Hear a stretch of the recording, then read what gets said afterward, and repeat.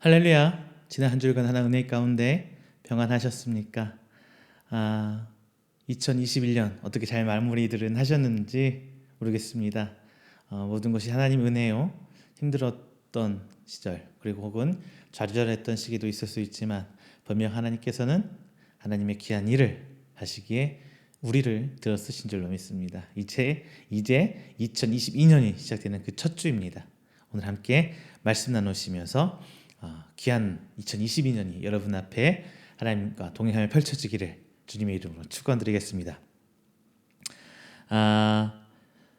이제 하나님 말씀 시편 40편 1절부터 12절 말씀, 11절 말씀 함께 보는데요. 새해를 시작하면서 저도 계획을 하면서 많은 고민을 했습니다. 어떻게 내년에는 어떤 말씀과 어떤 기도 제목과 또 무엇을 나의 기도 제목 삼고 나아가야 될지 고민 여러분도 다들 하셨잖아요. 여러분의 삶을 계획하는 것도 굉장히 중요하지만 하나님 가운데 내 신앙을 계획하는 것도 진짜 중요하거든요.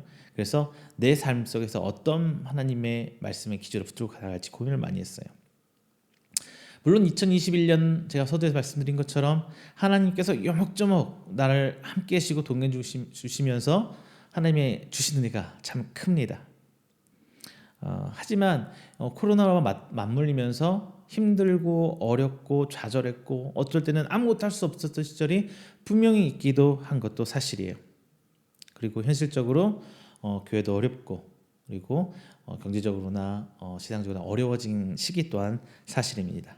하지만 2022년도는 이제 하나님께서 제가 생각하는 현실적으로 바라보는 이런 모습들과는 또 다른 방식으로 하나님께서 사역하시라는 기대는 분명히 있습니다.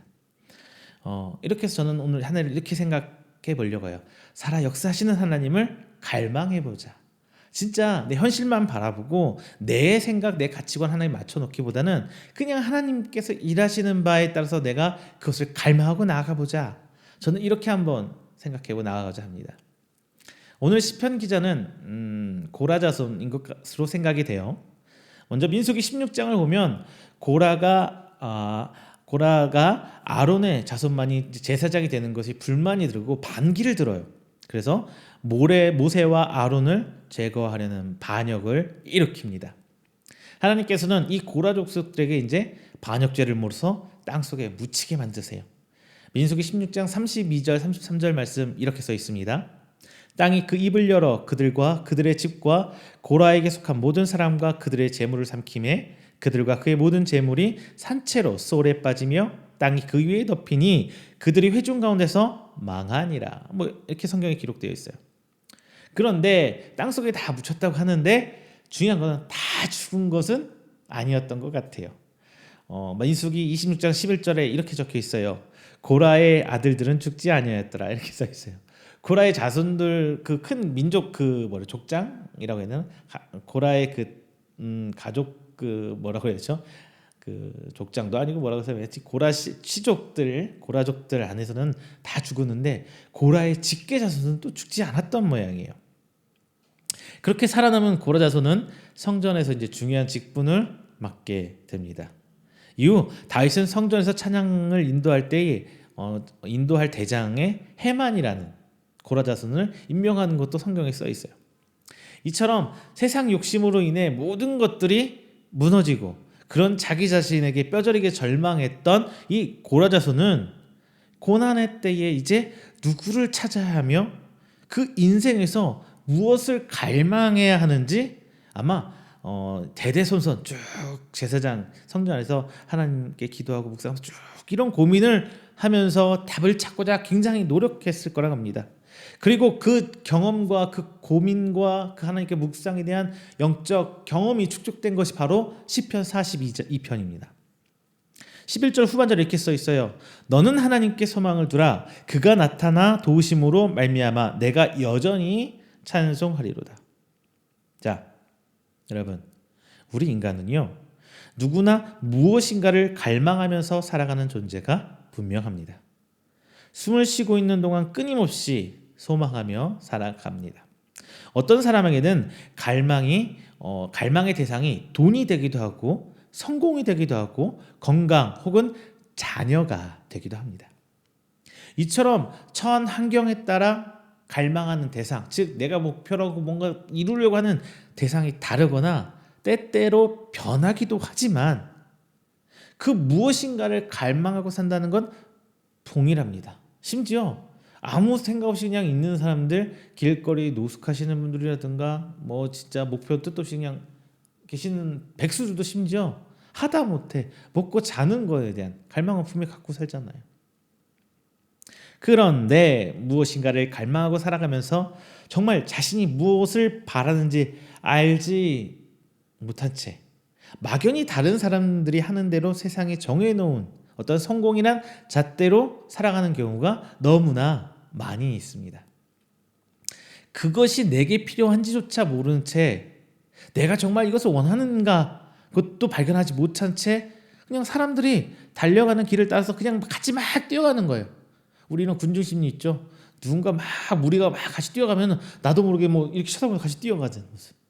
지금 우리의 삶의 방향성이 삶의 모습이 그러고 있지는 않은지 한번 우리는 돌아봐야 될 것 같습니다.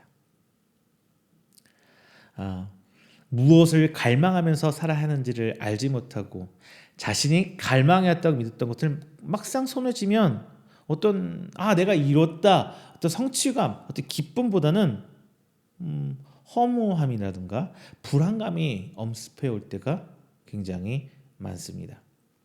청소년 시기에 좋은 대학을 가는 것이 삶의 목표인 학생들이 굉장히 많아요. 그렇게 살아가요.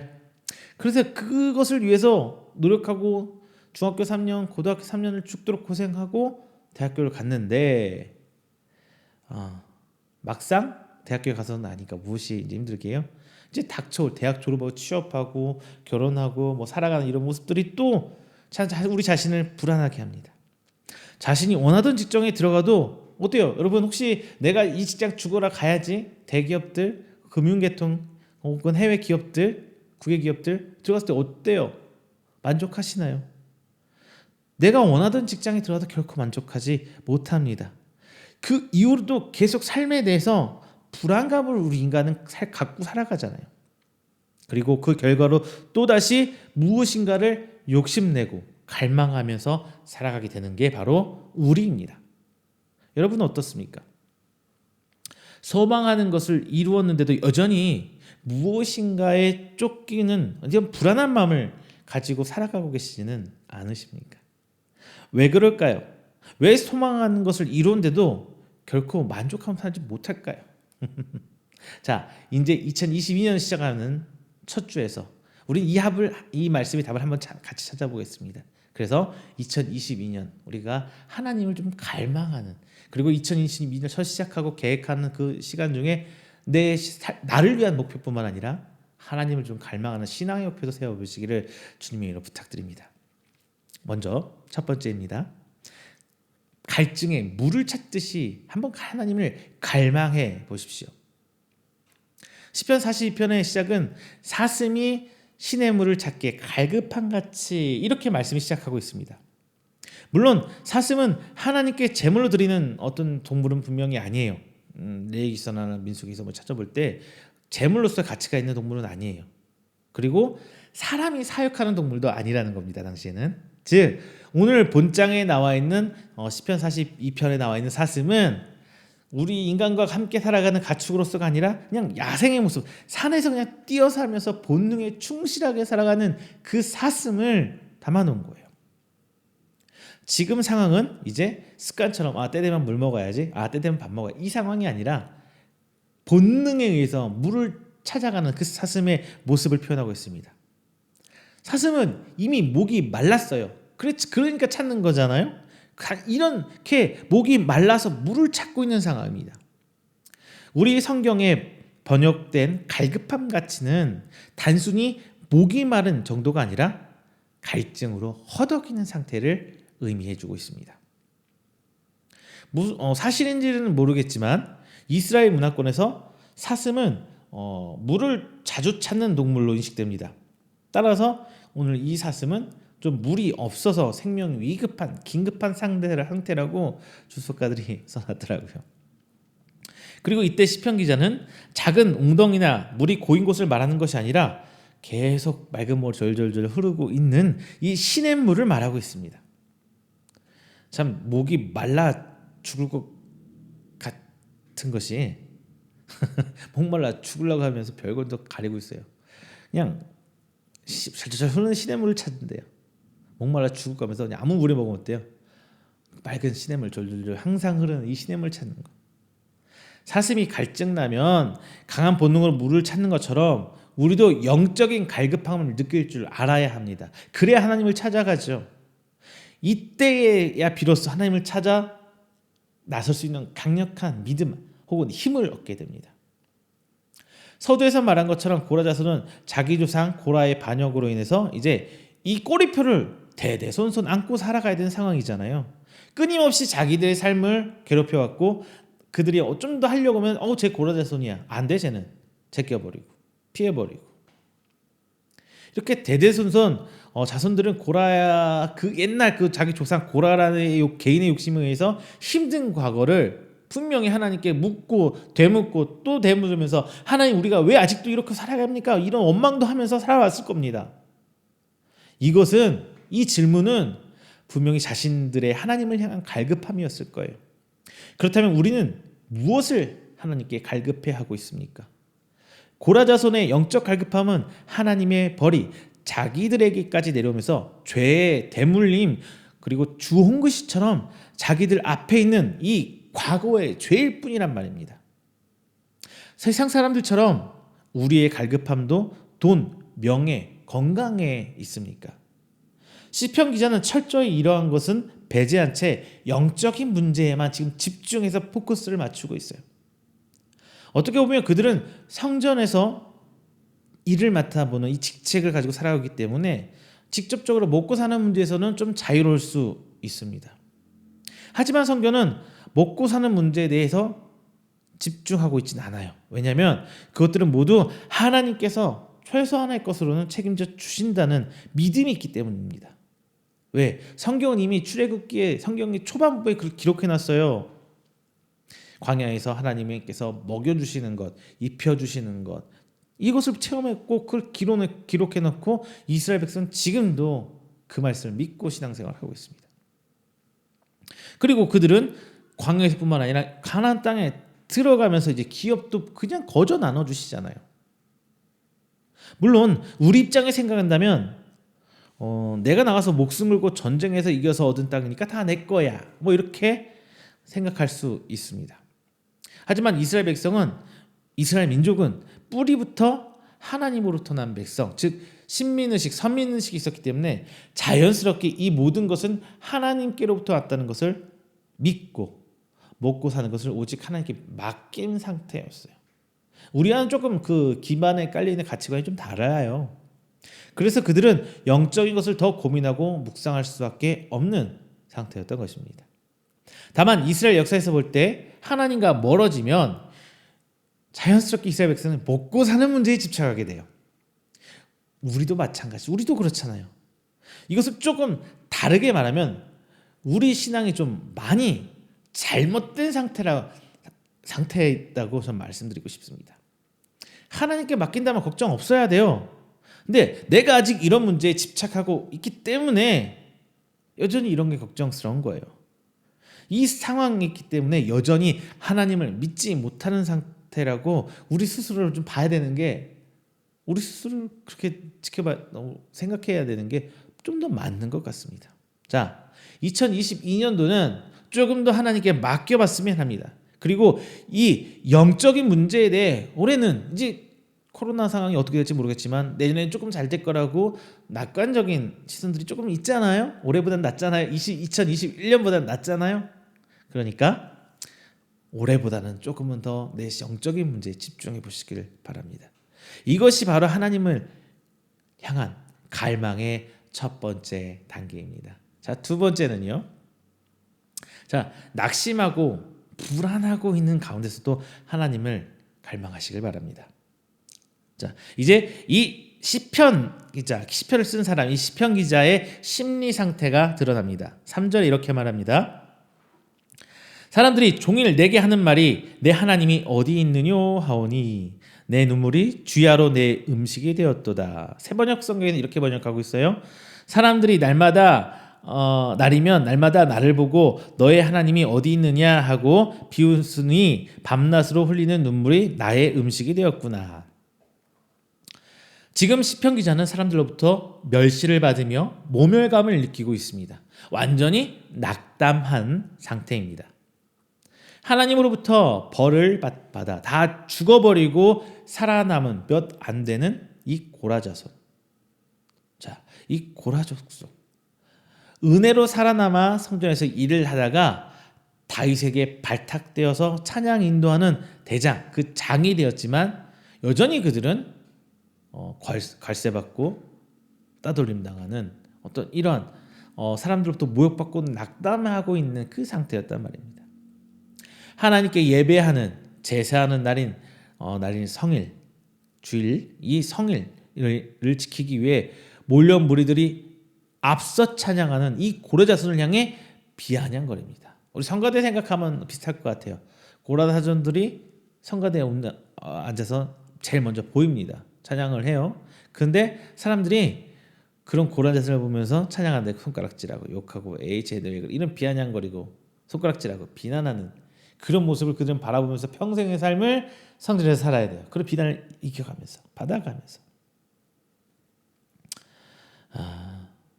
이 모습을 보면서 5절에 이렇게 이야기합니다. 내 영혼아 내가 어찌하여 그렇게 낙심하며 어찌하여 그렇게 괴로워하느냐. 그럴 수밖에 없잖아요. 매주 모든 제사에 찬양할 때마다 찬양이 들어갈 때마다 자신들은 손가락질 당하고 욕하고 내가 하지도 않은 과거에 내 조상했던 일 때문에 비난받고 조롱받는 그 자신의 상태 가운데 낙담할 수밖에 없는 거잖아요. 어찌하여 그렇게 낙심하며 어찌하여 그렇게 괴로워하느냐. 그러면서도 자신은 하나님을 기다리고 찬양하는 자, 찬양을 맡은 자로서 부름받은 자로서 계속 하나님을 찬양할 것을 그는 밝히고 있습니다. 자, 이제 우리를 한번 생각해 보자고요. 우리를 한번 돌아보자고요. 나는 하나님만 바라보고 하나님 앞에 헌신하고 최선을 다해 열심히 살고 있다고 생각합니다. 그런데 내 삶은 왜 이렇게 팍팍하고 답답하고 되는 일 하나 없고 당장 먹고 사는 일만 생각해도 왜 이렇게 힘든지 알 길이 없어요. 세상 기준에 의해 하나님께서 누군가를 판단하시는 것은 성경에 나오진 않아요. 매번 사람들이 그렇게 판단하고 마치 자신들이 하나님이 된 것처럼 평가를 하고 있는 거죠. 하나님 그런 적이 없어요. 그 시대에 저주받은 자손인 고라 자손, 자 그들의 시가 선택되어서 성경 시편에 기록되어 있습니다. 이것은 인간의 마음을 하나님께서 인정하시고 너무 잘 안다는 표현이에요. 우리의 낙담하고 있는 모습, 우리 힘들고 있는 모습 하나님께 잘 알고 있다는 거거든요. 지금 이 시대에 많은 성도들이 바로 이런 고민에 빠져 있을 겁니다. 자, 여러분 고민하지 마세요. 낙담, 불안 이런 감정은 인간에겐 자연스러운 겁니다. 다만 이런 부정적인 감정에 대해 대응하는 방법이 우리는 믿지 않는 사람들과는 달라야 된다는 거예요. 믿지 않는 사람들은 이런 부정적인 감정을 스트레스라고 부르죠. 그리고 이 스트레스를 해소하기 위해서 음주, 가무, 성적인 거, 기타 등등등으로 풀어내려고 합니다. 이것 자체가 하나님 앞에서는 죄라고 단정 지을 수는 없어요. 이런 것들이. 하지만 이것만을 추구하는 것은 반드시 죄입니다. 그래서 우리는 이런 것들을 조심해야 되는 거거든요. 오늘 본문 말씀 시편 기자를 우리는 본받아야 됩니다. 그러라고 하나님께서는 시편 42편을 남기신 거예요. 시편 기자는 여전히 하나님을 찬양한다고 합니다. 그래서 우리도 그래서 하나님을 찬양한다. 좀 적게 생각한 거고 그래서 찬양하고 예배드려야 된다. 이거는 너무나 좁게만 생각한 거예요. 좀 넓게 생각한다면 우리는 이렇게 생각하는 게 맞을 것 같아요. 맡겨주신 사명을 유지한다는 게 바로 답인 것 같아요. 넓게 봤을 때. 시편 기자는 5절에서 이렇게 말합니다. 너는 하나님께 소망을 두라. 그가 나타나 도우심으로 말미암아 내가 여전히 찬송하리로다. 새번역 성경은 이렇게 하고 있어요. 너는 하나님을 기다려라. 이제 내가 나의 구원자 나의 하나님을 또다시 찬양하련다. 이렇게 번역하고 있습니다. 즉 이 상황을 타개하는 데 개의치 않고 맡은 바 사명에 충실하겠다는 시편 기자의 신앙 고백이 나타나 있는 거예요. 2022년도를 시작하는 여러분들, 오늘 이 시편 기자의 고백이 여러분의 신앙 고백이 되었으면 합니다. 마지막 세 번째입니다. 시편 기자는 맡은 바 사명을 어디서든 감당하고 6절에서 이야기하고 있습니다. 이것은 요단 땅 헤르몬 미살산에서 나타납니다. 그 어떤 곳, 아무 말도 안 되는 장소를 할지라도 사명 감당하겠다는 시편 기자의 신앙 고백입니다. 대적 원수는 단순히 사람을 말하는 것이 아닙니다. 나를 힘들게 하는 모든 것, 나를 낙담하게 하고 불안하게 하는 이 모든 사람과 사건들, 모든 것들을 통틀어서 말하고 있는 것입니다. 그리고 이 요소들이 한 번에 끝난 것이 아니라 오고 또 와서 더 힘들게 되는 상태, 힘들어하고 있는 상태가 바로 7절입니다. 그럼에도 불구하고 하나님의 은혜는 여전히 나를 살아 숨쉬게 합니다. 이 은혜로 우리는 하나님께 기도도 할 수 있고요, 하나님을 찾을 수 있는 것입니다. 지금 이 말씀을 하면서 하나님을 찾을 수 있는 것, 고난과 어려움에서도 세상으로 고개 돌리지 않고 하나님을 바라볼 수 있는 것, 이것은 단순히 내 의지가 아니라 하나님의 은혜 때문에 가능하다는 것입니다. 자, 이렇게 믿고 고백하는데 이럼에도 불구하고 여러분의 상황은 좀 나아지셨습니까? 여러분의 살림은 좀 나아지셨습니까? 9절, 10절 이렇게 얘기합니다. 오히려 어려움에 닥치고 하나님을 원망할 법도 한데 여전히 하나님을 바라는 나를 보고 세상은 그러고 있는 나를 향해서 내가 믿는 그 하나님은 어디 있느냐, 뭐 하고 있는데 이 조롱이 나와죠. 이 조롱에 나는 더 낙담할 수밖에 없죠.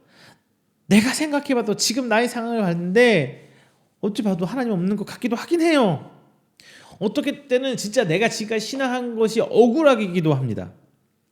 그래서 그들의 비아냥거림과 조롱이 내 가슴을, 내 심장을 찌르고 비트는 이 칼이 되어 들립니다.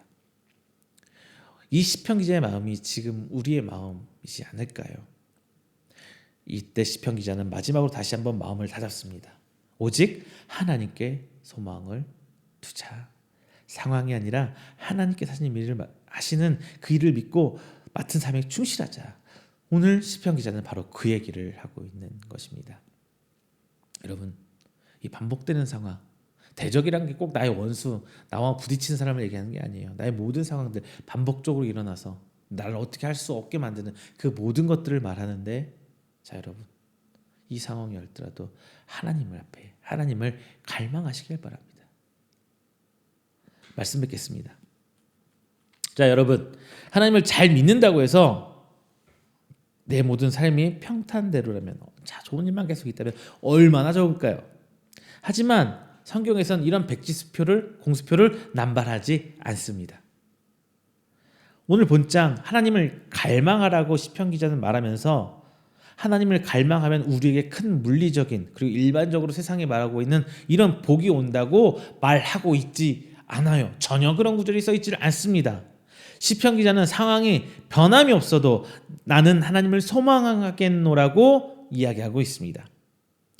아무리 믿는 사람이건 안 믿는 사람이건 누구든 간에 내게 와서 내 신앙, 내 삶 자체를 부정하면서 비아냥거린다 해도 나 자신은 유일한 구원자 되신 하나님을 소망하고 하나님께 맡겨주신 사명에 충실하겠다고 합니다. 자, 저도 올해 한 해 이렇게 한번 생각해보고 있어요. 살아계신 하나님을 갈망하자. 다시 한번 할게요. 살아계신 하나님을 갈망하자. 이렇게 생각하면서 오늘 말씀 선포했습니다.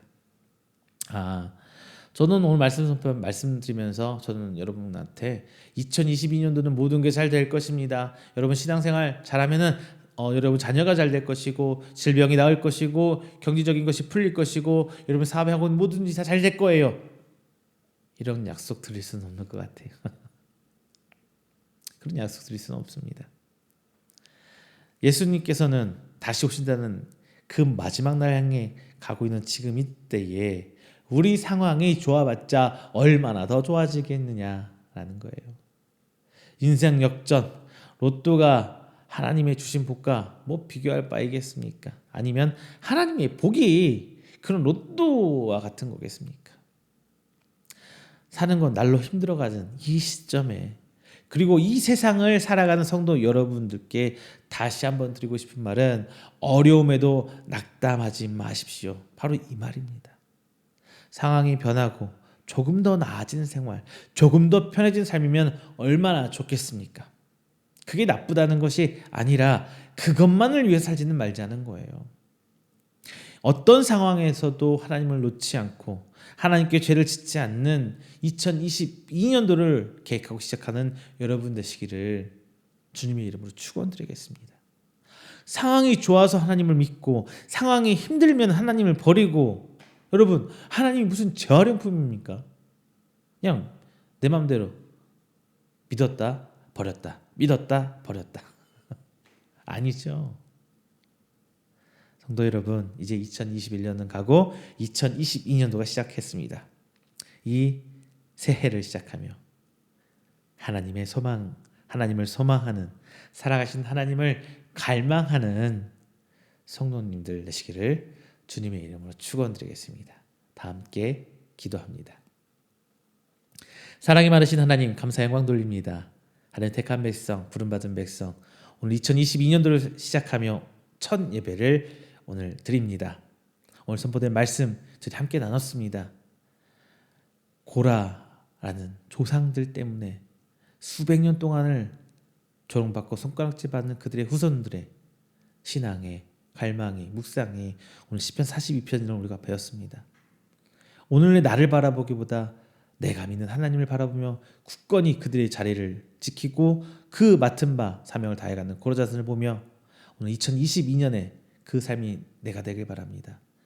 상황이 바뀌고 변진되는 걸 바라기보다 그 가운데서 여전하신 우리 하나님, 세상을 창조하시고 우리를 구원하신 그 하나님을 바라기를 원하오니 하나님, 나의 믿음이 흔들리지 않고 오직 하나님을 바라며 나아갈 수 있도록 주님 우리의 믿음을 먼저 붙들어 주시옵소서. 2022년도는 내가 아니라 하나님이 중심되기를 원합니다. 올 2022년도는 살아계신 하나님을 갈망하는, 오직 하나님께 뛰어나갈 수 있는 하나 되기를 원합니다. 하나님 붙들어 주옵소서. 함께해 주시옵소서. 이 모든 말씀 살아계신 예수님의 이름으로 기도드립니다. 아멘.